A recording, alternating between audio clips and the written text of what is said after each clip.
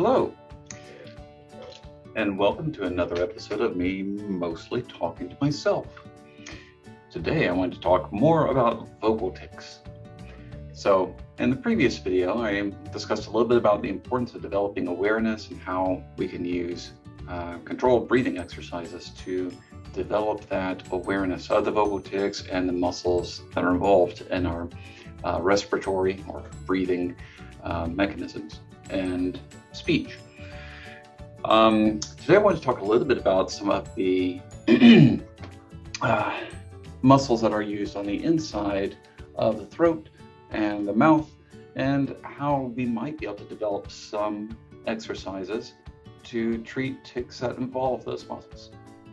So in a few videos back, I think, I talked about how we develop competing response exercises for a variety of motor tics, where we want to take time to develop that awareness of the muscles, be able to activate these muscles more intentionally, and be able to really notice how it feels when they're being activated.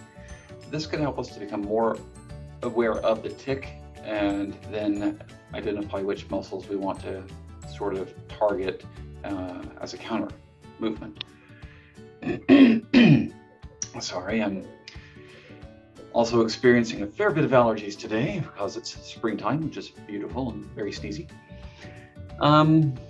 So getting back to these vocal tics now, it's harder to target the muscles in the throat, the muscles in the mouth, or anything else involving respiratory breathing mechanisms and speech production, because we don't have as much intentional control over those most of the time. We usually are just kind of going about our daily business, talking to people, or breathing or coughing or sneezing and things like that, without really realizing that we're doing those things. They just happen automatically.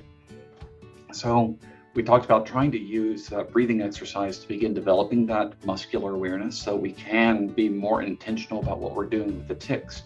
This does not present a danger of us losing our involuntary automatic control of those muscles, where our bodies are still going to do what they need to do to keep us breathing and keep us well.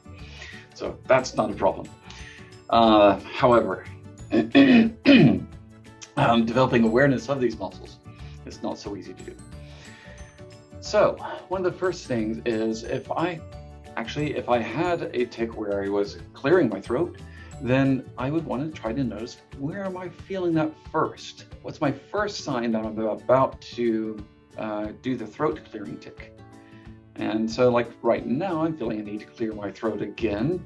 And I can tell because I feel it here. But what I'm doing at the moment is, rather than clearing my throat, which in my case is at the moment due to allergies, but I still feel a need to do that automatically. And it's still somewhat involuntary, but as you can see, I'm suppressing it at the moment. And by withholding that, slowing my body down, I can feel more of the pressure or sensation here, and then here.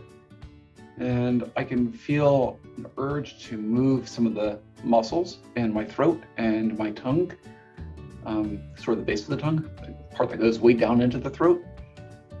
And I can feel a need to move those so that I can clear my throat.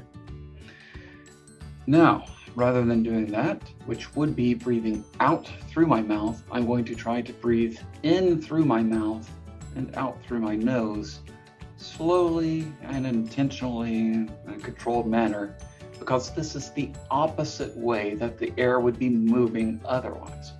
This is exactly what I would suggest for trying to address a tic like this.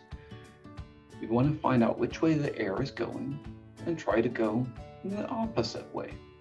That is directly incompatible with the tic behavior in that case. So I'm going to breathe in through my mouth and out through my nose. And I tried to do that slowly and deliberately, not quickly, not as a jerky motion, because clearing my throat, or if I had a throat clearing tic, would be a very quick sort of movement and much more abrupt and jerky. So instead, I'm going to try to do this slowly, calmly, and deliberately so that it's incompatible with the automatic behavior. So one more time, I'll just breathe in slowly and out.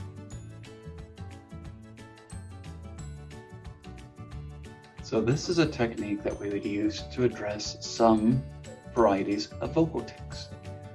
Now, another important thing that I want to sort of touch on for just a second is if you notice I'm talking more calmly, more slowly, and without any hurry. One of the things that we tend to often do when we have vocal tics, or hiccups actually, I like to use as an example. I'll talk about that more when addressing diaphragmatic spasms and those kinds of muscle movements.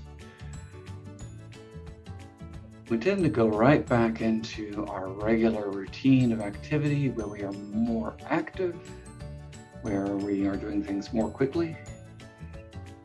And what we tend to find happens is that then the tics come right back.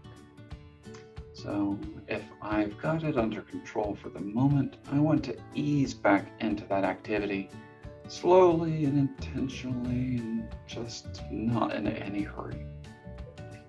Otherwise, I am likely to lose my intentional voluntary control again, and it'll just start up again. All right, so with that said, if you have any questions, then please feel free to contact me. My email address attached to these videos is one good way of doing that. And otherwise, you can message me through the social media like Facebook, where the video might show up. Usually, I'm the one who will post it, I think. And so you'll be able to contact me that way as well. All right. In the meantime, take care.